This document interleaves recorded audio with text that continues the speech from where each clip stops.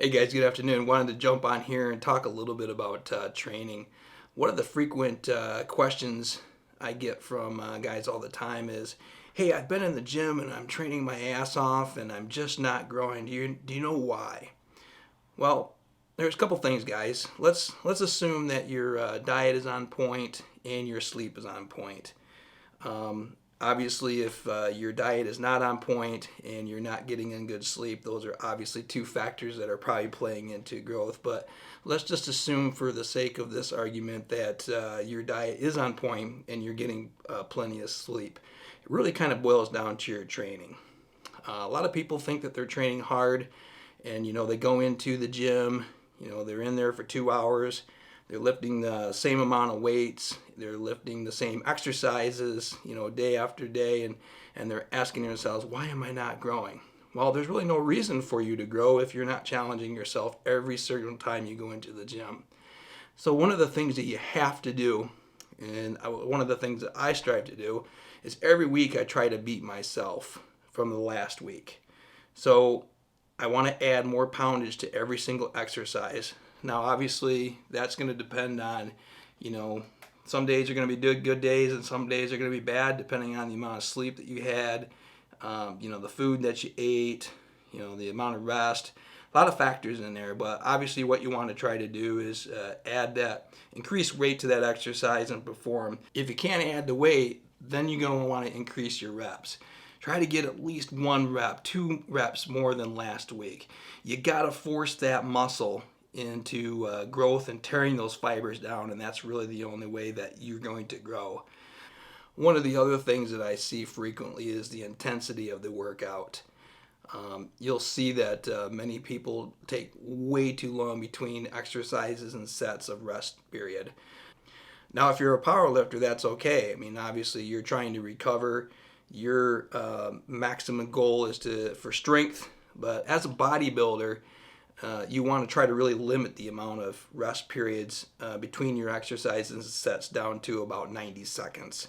So, for example, if you train with a partner, your partner should go, and then you should be going right after your partner. There shouldn't be, talking and looking at your phone between the two of you guys. Next thing you know, you're in the gym for 2 hours, and you really haven't accomplished a whole lot. So if you don't have a training partner, I recommend about 90 seconds worth of rest between exercises and sets. Now, obviously, on leg day, you're probably going to need a little bit more recovery than 90 seconds. So maybe add another 30 seconds to that. But ultimately, you want to try to get in and out of that gym as quickly as you can so that you can feed the muscle after that training session. One of the other things I frequently don't see a lot of people doing is recording their workouts, actually with data. For those of you that work in a business environment, you know that data actually tells a story. It shows you where you've been and where you're going, trends, and how to make types of improvements. So I highly suggest that you go out and you get yourself a journal and write down what you're doing on each of your workouts. What is the weight? How many reps did you get? So that way, the following workout, when you come in, you can look to see how much weight you were lifting, how many reps you got, and the ultimate goal is to try to add about 5 pounds and see if you can do that same exercise. If you can't add the 5 pounds and you just can't get the same amount of reps, go for more reps. Challenge yourself each and every workout, and that's how you're going to grow. Especially if it's a pump style workout for that day. I mean, the goal is you really want to fill that muscle up with as much blood as you possibly can. You're trying to get that thing to expand, and it feels like it's going to want to pop, and it's going to hurt, guys.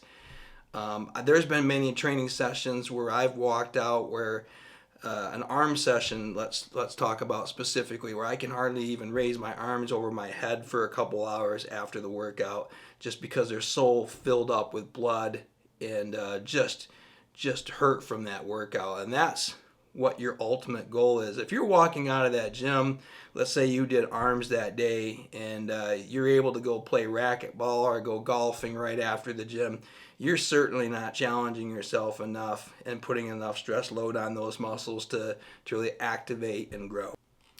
So guys, here's my recommendation the next time you go to the gym. First and foremost, try to challenge yourself. Add a little bit more weight to each exercise and see if you can perform that exercise with the same amount of rep range that you did the week prior to. Now, if you just can't lift the more weight, then try to push for a couple extra reps on that particular exercise. Number 2, write down what you're doing. That way you know what you've done, and if you are progressing, you're going to see it through the data. Number 3, shorten up those rest periods to 90 seconds between your sets and exercises. And what you're going to find is that in some cases, you're probably going to have to lower your weight load because you're not going to be able to perform the exercise because your body's just not used to that sort of intensity. Number 4, concentrate on your form and really squeeze the muscle. You really want to feel it when you're performing those exercises, and you want to get that mind and muscle connection. If you're not feeling the muscle that you're training, then there's definitely something wrong, and most likely it's the way that you're doing the exercise, and it comes down to doing it with improper form. So guys, hopefully that gives you a little bit of insight. It's time for me to go get my pre-workout meal in and go get an arm training session in today myself. So for now, thanks, and we'll talk to you later.